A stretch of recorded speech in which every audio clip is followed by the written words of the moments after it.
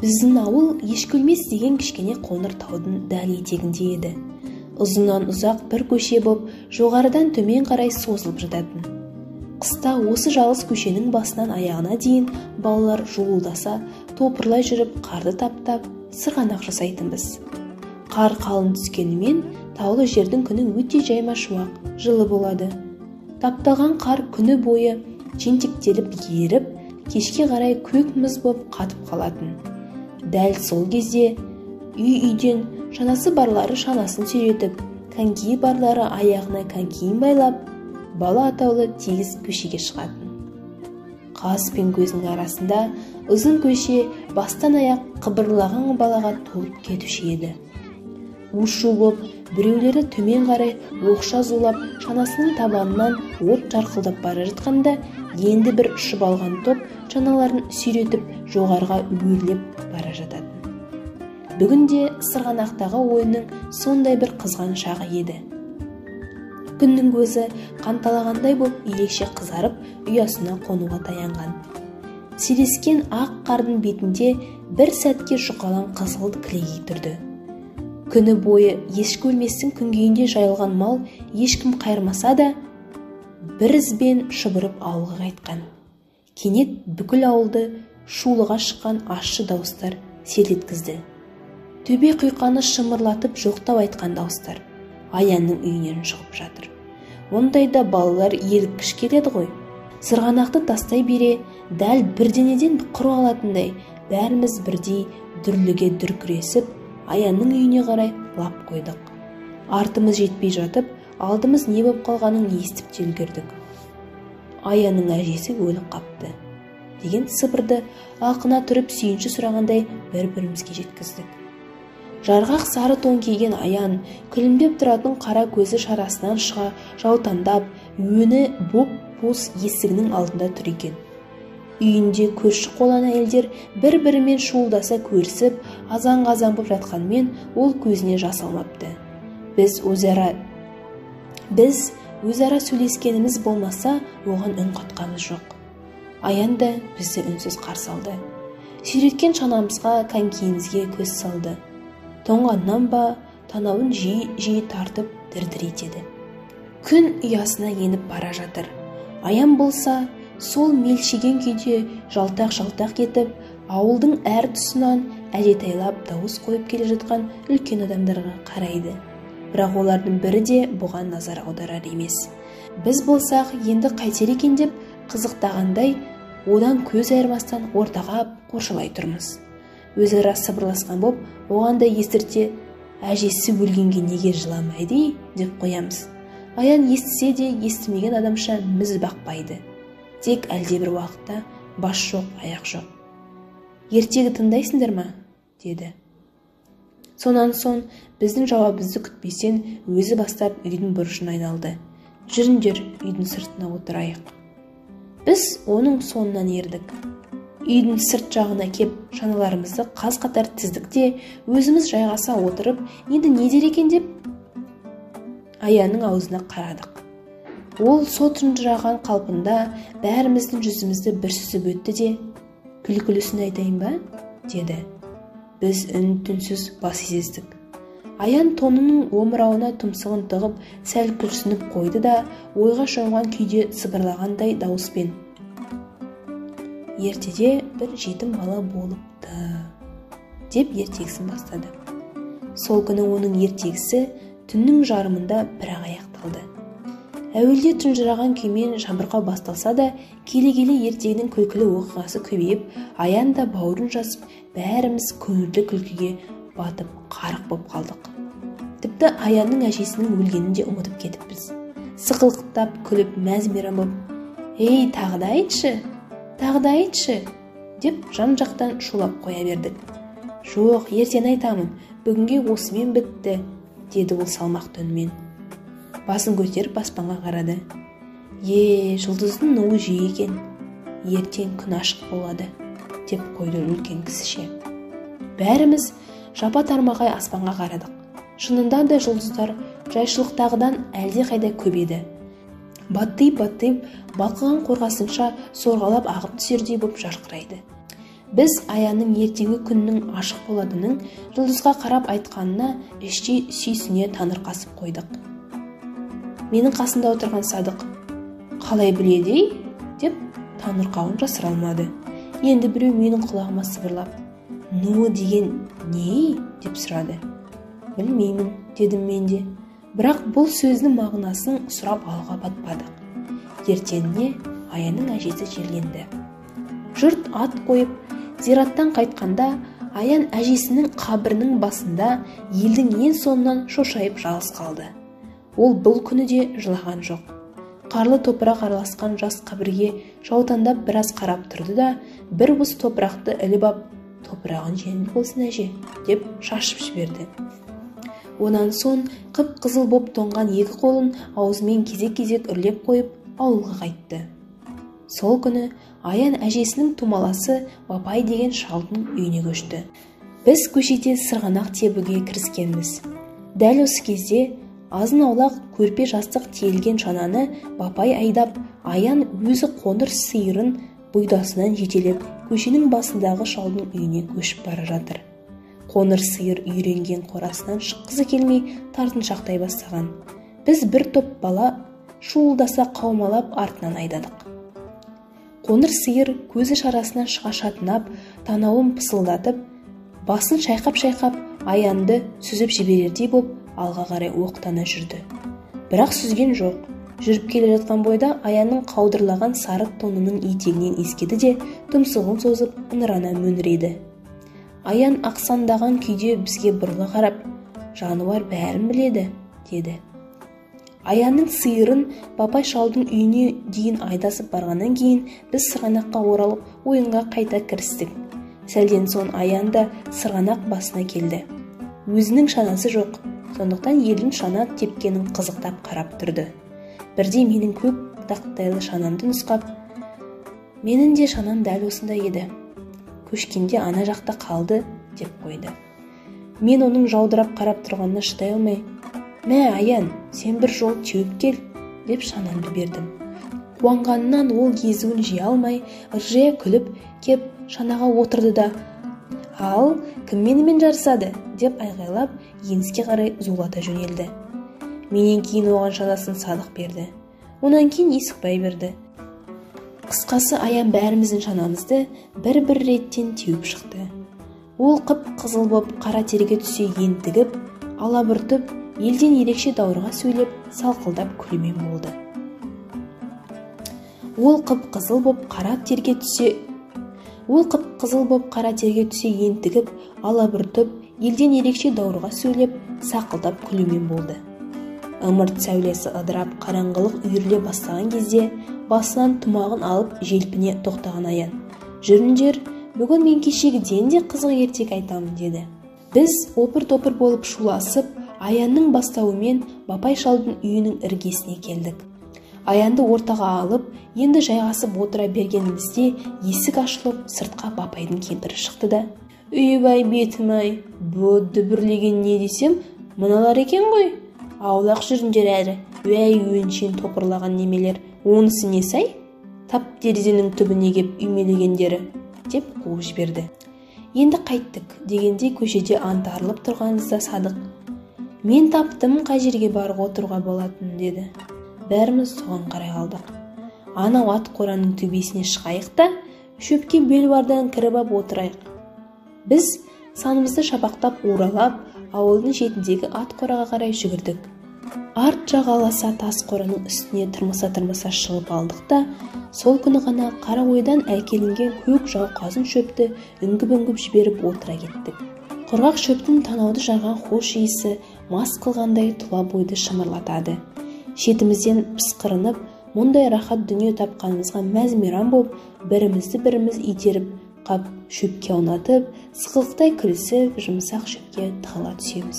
Бәріміз алға қотан жайғасқаннан кейін, ортамыздағы Аян тісінің арасынан сызылта шырт дегізіп түкіріп қойып, көтеріле түсіп, астына шөп жұмарлап, басқамыздан орнын бекіте ғып отырды. Онан соң қабағын шытып, ойға батқан күйде төмендегі үңірейе қарауытып жатқан терең құзға көз жіберді. Бізде еріксіз енді солай қарай жалтақтадық. Қыз іші қорқынышты. Ертеде бір жетім бала бопты, деп Аян екінші ертегісін бастады. Сыбырлай шыққан даусында өз айтқанына қалайда қалтқысыз сендіретіндей керемет бір күш бар. Біз тым-тырыс болып тына қалдық. Бір сәтке дәл астымыздан қораның ішінен жылқылардың күтір-күтір шөп жеп тұрғаны, пысқырғаны, тарпығандары, қасынғандары естілді. Бірақ біртіндеп Аянның ертегісі қызған сайын әлгі дыбыстардың бәрі құлақтан шет қалып, төңіректі бүкіл ешкі өлмес баурайын, төмендегі терең құзды ғажайып бір тыныштық басты. Бұл дүние ертегі қиял дүниесіне, сиқырлы дүниеге айналып, бар жоғымызды да ұмытқандай болдық. Сол күннен бастап күнде кешкісін ат қораның төбесіне жиналуды әдетке айналдырдық. Екінші күні тағы да әлгі Садық бір пәлені шығарған. Кәдімгідей ешкі сирақтандырып, ұзын етіп орады да, қалтасының түбінен әзер тапқан сіріңкенің жалғыз шемін тұтатып, сонысын насаттана сорып қойып, ертегі тыңдады. Әкеші бір сорайын деді ақыры Садықтың жанында отырған Қосым шыдай алмай. Садық шылымын оған бір сорғызды. Қосым қомағайлана түтінді ішіне тартамын деп қақалып жөтеліп тұншып қала жаздады. Біз бәріміз оны мазақтап, өзін біраз жерге апарып, кеу-кеулеп алдық. О, маубас, тарталмасам бар, сұрап не қыласың? Деп табаладық. Онан Есікбай, кәне Садық, мен сорайыншы, деді. Садық шылымын оған да бір сорғызды. Есікбай қақалған жоқ. Түтінді аузын толтыра сорып алды да, ақырындап танауынан бұрқ-бұрқ етіп еткізіп, шығара отырып, міне қалай тарту керек дегендей мақтанып қойды. Онан кейін темекіні мен де сұрап бір сордым. Менен кейін тағы біреу. Ақыры Садықтың ұзын темекісін барлығымыз бір-бір сорымен ақ тауыстық. Келесі күні қораның төбесіне жиналғанымызда көпшілігіміз үйден қағаз бен темекі ұрлап алып шыққан екенбіз. Енді бір-бір шылым орап, темекіні жарыса тартатын болдық.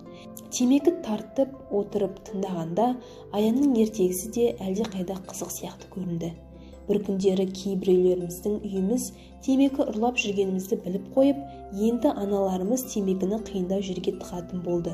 Бірақ біз бұған да амал тауып кеттік. Осы анау мақау тұрдағыл ылғи жылқының кепкен кезегін шылым ғып тартып жүреді ғой десіп, біз де енді күндізден қалтамызға жылқының кепкен тезегін жинап салып жүрдік. Сөйтіп Аянның ертегісін тыңдаған кезде кейбіріміз ішіне жылқы тезегі салынған ешкі сирақ темекіні бұрқырата сорушы едік. Ғажап ертегілер еді. Дүниедегі жақсылық атаудың бәрі-бәрі. Ерлікте, ізгілікте, сұлулық пен ақылдылық та, әйтеуір адамға тән не бір асыл қасиеттің барлығы да сол Аянның ертегілерінде болушы еді. Аян батырлық туралы ертек айтқанда, біз алым-жұлым киінген қара бордай балалар бір сәтке жадау қалпымызды ұмытып, шетімізден көк семсерді жарқ-жұрқ еткізіп, ат ойнақтатып, жауға қарсы арыстанша шабатын нағыз қас батырдай сезінуші едік өзімізді. Өмірімізде қос ауыз мылтықтан өзге ештеңені көрмесек те, жарқ-жұрқ еткен көк семсер тұрғанда, зембірек, пулемет дегендер айтар сөзге, көңілге олқы түсіп, ойыншық сияқты болып қалатын. Өйткені Аянның ертегілеріндегі батырлар сілтеген көк семсерге қызығып иланатынымыз сонша, оны қару біткеннің құдайы көретінбіз. Шіркін, сондай семсерім боп, мен де соғысқа барсам, фашистерді тұра баушақ қияр едім, деп тістенетін Есікбай. Ал мен бар ғой, тек бастарынан ғана шабар едім, дейтін Садық арман еткендей даусын соза сөйлеп, құшырланып. Көк семсерді жарқ-жұрқ еткізіп келе жатқанымда алдымнан көкем шыға келсе, ой, керемет болар еді-ау, Мұнан әрі соғысқа баруды, фашистерді қыруды, сөйтіп әке ағаларымызды тауып алуды әрқайсымыз өзімізше сөз етіп, тәтті арманға шоматынбыз. Өзі жетім болған соң ба, кім білсін, Аянның ертегілері көбіне жетім бала туралы болушы еді. Жетім баланың тағдырына байланысты үрейлі ертегіні бастаған кезде ауылдың шетіндегі сай-саланы, жырақ құзды тегіс, жалмауыз кемпірлер, жез тырнақтар, жалғыз көзді дәулер, дию перілер жайлап кеткендей болушы еді. Төңірек тегіс үрейге толатын. Қыз жақтан соққан суық желдің ызыңы неше түрлі боп құбылып естілетін. Бірде сыңсып, бірде ұлығандай үн келетін құлаққа. Біз әр дыбысты қалт жіберместен үрпиісіп, біреу «а» десе, ойбай, аттанға бірдей салып тым тарағай зытуға дайын отыратынбыз. Ғажап ертегілер. Біз бір кештің өзінде ұзындығы 2 қарыс темекінің 2-шеуін тауысатынбыз. Ақыр қолымыз темекі орауға икемге келмей, тісімізге тимей сақылдап тонатынбыз. Бірақ Аянның ертегісі таусылмай ешкім тырт етпеуші еді. Танауымызды қос-қосынан тартып қойып, шөп қуысына тығыла түсетінбіз. Ертегі біткен кезде ғана деп еркін тыныстап, құрыстап қалған бойымызды жазып, керіліп созылып, жетім баланың бақытқа кенелгеніне шын жүректен қуанатынбыз.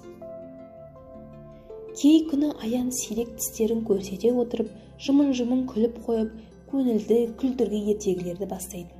Ондайда біз қыстың сайын сүйектен өтіп, дірдектеген ызғарлы суығын ұмытып, шекті теңеген күлкіден қиылдасып-шиқылдасып, өзімізбен мұрнымыздан сорамыз бірдей ағып, әрқайсымыз әр жаққа ішімізді басып, домалайтынбыз да қалатынбыз. Ол күнде біз бұл дүниеде соғыс дегенің бар екенін, әрқайсымыздың әке ағаларымыздың алыста, сонау батыста жауған оқтың астында жүргенде естен шығарғанбыз. Аян, тағы да, енді осылай тағы бір ертегі айтшы, деп тұс-тұстан жалынатынбыз оған. Бірақ Аян бір түнде бір ертегіден артық қалай жалынсан да айтпайтын. Орнынан тұрып үстін қағып, түн ортасы болып қалды ғой, жетер енді, дейтін салмақтана сөйлеп. Сендер қызықсыңдар, бір күннің ішіне 2 ертегіні ойлап шығару оңай дейсіңдер ме? Деп қоятын онан соң. Біз ертегілердің бәрін Аянның өзі күнделікті ойлап шығаратынын білсек те, оған пәлендей мән бермеуші едік. Бар білетініміз, Аян күнде неше түрлі ертегілерді ойлап кеп, кешкілік бізге айтып беруі керек. Ал біз ойып отырып тыңдағанды ғана білеміз. Ертегі ойлап шығару оңай ма, қиын ба, ол жағында еш шаруамыз жоқ. Тіпті ол жағын сөз ете қалғанның өзінде де, Аян ғой күн сайын бір ертегі ойлап шығарады. Ендеше ертегі шығару қиын емес та? Шығар. Тек басқамыз ертегіні қалай құрастырудың әдісін білмейтін болармыз, деп түйетінбіз. Ал ол нендей әдіс? Ол жағын қазбалап ойлап түсуге не өреміз жетпейтінде, не мойнымыз жар бермейтін. Таң атқаннан күн батқанша салп-сұлп етіп, көшенің аяғынан басына дейін шана сүйретіп сырғанақ ойнауды ғана білетінбіз. Кешкісін тесік пималарымыз бен сырма шарықтарымызды зілдей боп жылқылдап су өткеніне қарамастан ат қораның төбесіне тартатынбыз. Алғашқы күндері күндізгі ойын кезінде Аянға шанамызды кезекпе-кезек сырғанауға беріп жүрдік те, келе-келе шетімізден саранси бастадық. Қызық ойының үстінде шанамды бір жолға болса да біреуге беріп қойып, өзін сырттай қарап тұрғанға тағатын жетпейтін. Сондықтан ендігі жерде Аянға шана күніне 1 рет қана тиетін. Онда да ойынның қызуын бәсеңсіген шақта барып біреуміз, «Мә, Аян, 1 рет теуіп кел», деп оны мөміркегеннен амалсыз бергендей болушы едік. Аянда енді бұрынғысындай шанаға отырғанына да қуана даурықпайтын. Қызарандай күлімсіреп кеп шананы қолынан еменшектеп алатын да, бір сырғанап келіп қолына беретін. Онан соң сары тонының омырауына тұмсығын тығып, суық сорған өні көкпеңбек болып бозарып, біздің ойынымызға қарап шетте үнсіз состиятын да тұратын. Дик бабайдың кейбірі, «Әй, Аян, қайдасың? Анау сиырды байла, қазиректі қама, бегені суғарып шөп сал», деген кезде бізге жалтақтай қарап үйге кететін. Едәуір уақыттан кейін қайтып оралатын. Оның асыға кіретін шағы күннің ұясына қонуы. Күн ұясына қонды дегенше ақ жүзі жадырап сала береді. «Ал жүріңдер, мен кешегіден де қызық ертегі айтамын», деп еліктіре жөнеледі. Кейде ертегі тыңдауға ол күндізде шақыратын. Сырғанақ деген немене? Тек киім тоздырып шаршау деп менсінбегенде ерні шүйіріп қоятын. Ондай кезде оған, «Ағатай, мә, сырғанашы», деп шананды кесе көлденен тосып жалынсаң, ысқырып қарамайтын да көрінетін. Сонан кейін ақ ойынның сәні кетуші еді. «Шындай, менің шарығымнан су өтіп кетті. Жүріңдер, ат қораның төбесіне барайық», десіп, сетіней бастайтынбыз. Біздің бұл төрімізді көріп, Аян сырғанақты онан әрмен жамандайтын. Онан біздің шаналарымызға қарап қойып, «Мыналар шана ма?» дейтін орнын тыжырайтып. Шіркін, өзінің рөлі бар, алдында шамы бар, ылдиға да өрге де бірдей сырғанайтын шана болса. Ол қойшы ондай шана болушы ма еді? Болғанда қандай? Қобыланды батырдың тай буруындай ұшатын аттар бар ма? Бар. Ендеше ылди өрге бірдей сырғанайтын рөлді шана да бар. Мұнан әрі Аянмен сөз таластыра алмайтынбыз. Кім білсін, мүмкін сондай шана бар да шығар. Әркім іштей, шіркін-ай, Аян айтқандай, ылди өрге бірдей сырғанайтын рөлді шанам болса, деп қиялдайтын сияқты едік сол бір сәтте.